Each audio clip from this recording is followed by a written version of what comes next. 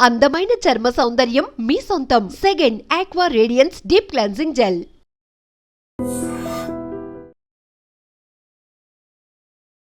నమస్తే, నా పేరు doctor N Subrahmanyam, Ayurveda specialist, Amrutham Ayurvedic hospital, Hyderabad. మోకాళ్ళ నొప్పులు నేడు చాలామంది బాధపడుతున్న అతిపెద్ద సమస్య.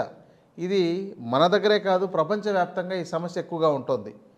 దీనికి కారణాలు మన ఆహారము, జీవన విధానం అని వాళ్ళు తెలుసుకొని ముందు ఈ ఆహార జీవన విధానాన్ని సక్రమంగా వాడుకోగలిగితే, వాటిని సక్రమంగా ఉపయోగించుకోగలిగితే ఈ సమస్య రాకుండా కాపాడుకోవచ్చు. ఎందుకంటే కొంతమంది అతిగా వ్యాయామం చేయడం, అతిగా పనిచేయడం, వాళ్ళ యొక్క శక్తికి మించి శ్రమ చేసినప్పుడు శరీర అవయవాలు బలహీనపడే అవకాశాలు ఉన్నాయి. ఇది ఒక కారణం అయితే, సరిపడినంత వ్యాయామం లేకపోయినా, శ్రమ చెయ్యకపోయినా కూడా మన యొక్క అవయవాలు చెడిపోయే అవకాశాలు, పాడయ్యే అవకాశాలు, అంటే రోగారంగా తయారయ్యే అవకాశాలు ఉన్నాయి. ఈ రెండింటినీ బ్యాలెన్స్డ్గా ఎప్పుడు మనం చూడాలి. నేడు గ్రామీణ ప్రాంతాల్లో బాగా శక్తికి మించి కష్టపడి పనిచేయడం వల్ల చాలామందికి ఈ యొక్క నొప్పులు వస్తున్నాయి. రెండవది, కొంతమంది సక్రమంగా పనిచేయక, లేకపోతే వాళ్ళకి సరైన వ్యాయామం లేక ఆర్గాన్స్ చెడిపోవడం. మూడవది ఇంకొకటి ఉంది. ఇదేంటంటే వాళ్ళ యొక్క విరుద్ధమైన ఆహార సేవనం వల్ల, అంటే ఎప్పుడు పడితే ఏది పడితే తినడం, అంటే అది శరీరానికి పనికొస్తుందా, ఇతర ఆర్గాన్స్ ఏదైనా డ్యామేజ్ చేస్తుందా లేదా అని తెలుసుకోకుండా రుచి కోసం తినడం.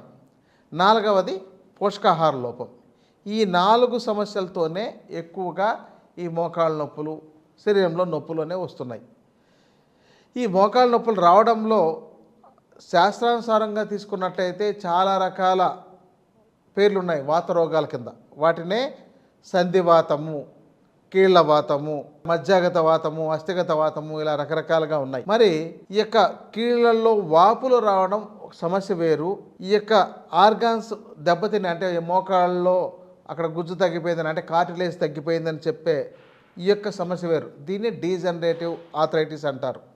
ఈ యొక్క కాల్షియం సరిపడినంత లేకపోవడం, లేదంటే మనకు కొన్ని రకాల పోషకాలు సరిపోక మన యొక్క బోన్ స్ట్రెంత్గా తయారు కాకపోతే, అంటే మనకు మోడర్న్గా తీసుకున్నట్లయితే B vitamin, D vitamin, calcium, iron ఇవి సఫిషియెంట్గా మనకు శరీరానికి రానప్పుడు ఈ యొక్క బోన్స్ స్ట్రాంగ్గా, అంటే ఎముకలు స్ట్రాంగ్గా గట్టిగా తయారు కాలేకుండా పోతుంటాయి.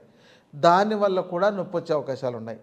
కాబట్టి ఇక్కడ ఈ మోకాళ్ళ నొప్పులు వచ్చిన దానికి మందులు వేసుకుందామనే దృష్టి ఉన్నంత కాలము మీకు ఈ సమస్య తగ్గదు. మీరు దానికి తగిన వ్యాయామము, పోషకాహారము, ఇతర లోపాలు అన్నిటినీ మీరు గమనించి వాటన్నిటిని తగిన విధానాలని, అంటే ఏది అవసరమో దాన్ని ఆచరించడం, లేదా వైద్యుల పర్యవేక్షణలో చికిత్స తీసుకోవడం ఉత్తమమైంది. ప్రధానంగా ఈ నొప్పి వచ్చినప్పుడు నొప్పి బిళ్ళలను వాడే అలవాటు చాలామందికి ఉంటుంది.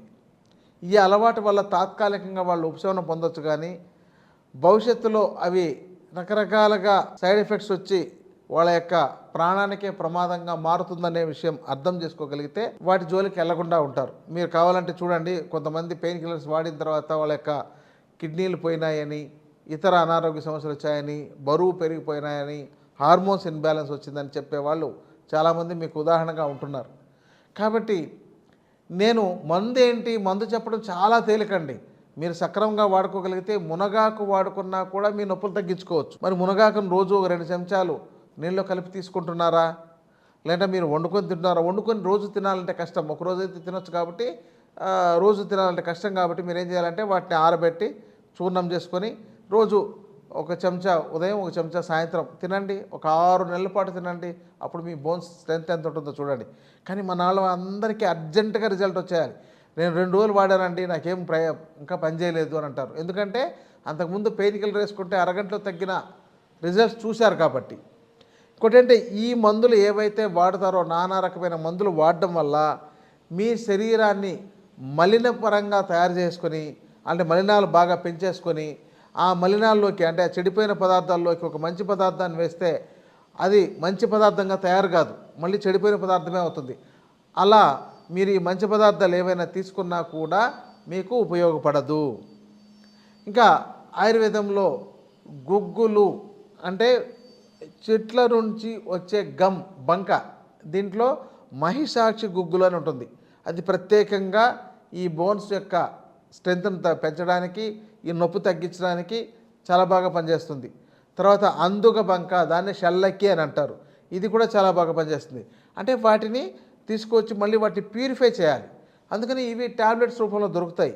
కాబట్టి వీటిని వైద్యుల పర్యవేక్షణ తీసుకోవాలి, మళ్ళీ మీకు అవసరమా కాదా తెలుసుకోవడానికి. అదే మీరు ఒక ఆకుకూరలు లాంటివి మీరు తీసుకున్నారనుకోండి, వాటికి ఎవరి పర్యవేక్షణ అవసరం లేదు. ఇప్పుడు మునగాకు తినడానికి మీరు ఏ వైద్యుల దగ్గర మీరు ప్రిస్క్రిప్షన్ కూడా తీసుకోవాల్సిన అవసరం ఏమీ లేదు. అలాగే మనకి ఈ మధ్య బార్లీ యొక్క గడ్డి పౌడర్ కూడా దొరుకుతుంది. ఈ బార్లీ గడ్డిని కూడా మనం తీసుకోవడంతోనూ, గోధుమ గడ్డిని తీసుకోవడంతోనూ ఇలాంటివి కొంతకాలం బాగా ఉపయోగపడ్డాయి. ఇటు గోధుమ గడ్డి ఏంటంటే మనకు రక్త సంబంధ సమస్యల్లో పనిచేస్తుంది. అలాగే బార్లీ గడ్డి కూడా రక్త సంబంధ సమస్యలో పనిచేస్తుంది. మునగాకు ఇలాంటి వాటిలో పనిచేస్తుంది, అంటే బోన్స్కి స్ట్రెంత్ ఇవ్వడంలో పనిచేస్తుంది. అలాగే మెంతి కూర ఆరబెట్టినది, దాన్ని పొడి చేసుకొని మీరు తీసుకోవాలి. ఇది కూడా మీ యొక్క బోన్స్ను స్ట్రెంత్ చేయడంలో చాలా బాగా పనిచేస్తుంది. గోకరకాయలు అని అంటారు, గోడు చిక్కుడు అని అంటారు. గోడు చిక్కుడు చెట్టు నుంచినే కొంత గమ్ తీసే టెక్నాలజీ ఉందన్నమాట. దానికి జాంతం గమ్ అని అంటారు. అంటే మనం గోడు చిక్కుడు చెట్టుని చిన్నగా ఉన్నప్పుడు వాటిని వండుకొని తినొచ్చు, అంటే ఆ యొక్క మొక్క లేతగా ఉండే ఆకులు. అలాగే సొరకాయ, గుమ్మడికాయ లేత ఆకులను కూడా కట్ చేసుకొని మనం వండుకొని తినొచ్చు. ఇది ఒరిస్సా, అస్సాం ఆ ప్రాంతాల్లోకి వెళ్తే మీకు అసలు వాటిని ఆకుకూరగా వండుకొని తింటారు. అంటే మనకొచ్చే ప్రతి కూరగాయ ఆకును కూడా వాళ్ళు వంటల్లో కాకరకాయ ఆకును కానీ, దొండకాయ ఆకును కానీ, బెండకాయ ఆకును కానీ, బీరకాయ ఆకును కానీ దేన్నైనా సరే వాళ్ళు కూరగా వండుకొని తింటారు. అంటే మనకు ఇది కూడా తింటారా అనే ప్రశ్న చాలామంది ఎగతాళి చేసే ప్రశ్న అడుగుతుంటారు. అరే మీరు ఇవన్నీ తింటున్నారా అని అనగానే వాళ్ళు ఏదో తినేవాళ్ళు కూడా మేమేదో తప్పు చేసామనే ఉద్దేశంతో వాళ్ళు మానేసుకుంటారనమాట. కాబట్టి మనకు ఈ యొక్క ఒక్కొక్క ఆకుకూరలో ఒక్కొక్క పోషకాలు ఉన్నాయి. మరి మీరు ముందు మునగాకును ప్రయత్నించండి, మెంతెం కూరను ప్రయత్నించండి. ఇంకా మనకు అందుబాటులో పొన్నగంటి కూర ఉంటుంది, ఆ పొన్నగంటి కూరను కూడా మీరు ప్రయత్నం చేయండి. అసలు వీటిని ఎండబెట్టి చూర్ణం చేసిందని వాటిని మీరు వాడుకోగలిగితే మీరు రోజు మీ ఆహారంలో కలుపుకొని తీసుకోవాలి. ఎందుకంటే మీరు తీసుకునే పోషకాలు మీకు సరిపోవడం లేదు. మీరు పోషకాలు కాకుండా పోషకరహిత ఆహార పదార్థాలను ఎక్కువగా తీసుకుంటున్నారు. ఎందుకంటే బాగా ఉడికిపోయి పాలిష్ చేసిన బియ్యాన్ని బాగా ప్లేట్ నిండా వేసుకొని కొత్త చట్నీయో లేకపోతే సాంబారో వేసుకొని తినేసినంత మాత్రాన మనకు పోషకాహారం రాదు. మీరు ఎక్కువగా అలాగే గింజ ధాన్యాల్లో మీరు తప్పనిసరిగా వాటిని పొడి చేసుకొని కానీ, లేకపోతే వాటిని వేయించి పొడి చేసుకొని కానీ, లేదా మొలకెత్తించి కానీ, అది లేకపోతే ఉడికించి కానీ వీటితో కాంబినేషన్తో మీరు తింటుండండి.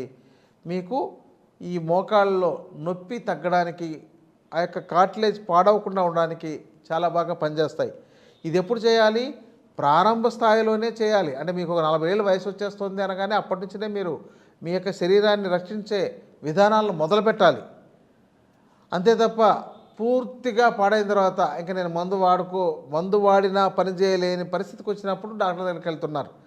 అప్పటిదాకా ఏ పెయిన్ కిల్లర్ తెచ్చి వేసుకొని ప్రయత్నం చేసి చూసి ఇంకా అవి కూడా పనిచేయలేని స్టేజ్లో వెళ్తున్నారు. లేకపోతే కొంతమంది తైలాలు రుద్దుకుంటూ గడిపేస్తున్నారు. ఇవి తాత్కాలికంగా పనిచేస్తాయి. మీకు మీ శాశ్వత పరిష్కారం కావాలన్నా, మీకు ఈ సమస్యలు రాకుండా అవ్వాలన్నా మీ ఆహారము, జీవన విధానమే సక్రమంగా ఉపయోగపడుతుంది. ఇక ఆయుర్వేదంలో ఔషధాలు లేవు అంటే ఆయుర్వేదంలో చాలా ఔషధాలు ఉన్నాయి. మీకు ఎన్ని చెప్పినా తక్కువే, సరిపోదు. కాబట్టి వీటిని వైద్యుల పర్యవేక్షణలో తీసుకోవడం మంచిది. ఎందుకంటే మీకున్న ఇతర అనారోగ్య సమస్యలు ఎలా ఉన్నాయి, వేటికి ఏ సంబంధాలు ఉన్నాయి, మీకు ఆమవాతం ఉందా అంటే కీళ్ళవాతం అంటే రుమటాయిడ్ ఆర్థరైటిస్ అంటారు, దానికి తప్పనిసరిగా వైద్యుల పర్యవేక్షణలో తీసుకోవాలి. మీ ఇంట్లో మీరు ఏమీ చేసుకోలేరు. ఒక్క డీజనరేటివ్ ఆర్థరైటిస్కి మాత్రమే మీ ఇంట్లో మీరు చేసుకోవచ్చు. ఉపశమనంగా కాపడం పెట్టుకోవడం, ఇసుకను వేపుడు చేసి కాపడం పెట్టుకోవడం, ఇలాంటి చికిత్సలు కొంతవరకు తాత్కాలికంగా ఉపయోగపడతాయి. తీవ్రమైన స్థాయిలో వైద్యులను సంప్రదించండి. రాకుండా ఉండడానికి మీ ఆహారము, జీవన విధానాన్ని మార్చుకొని ఇలాంటి పోషకాలను మీరు మరింత తెలుసుకొని వాటిని ఉపయోగించుకోవడం ద్వారా మీరు మోకాళ్ళ నొప్పులు రాకుండా కాపాడుకోవచ్చు. నమస్కారం.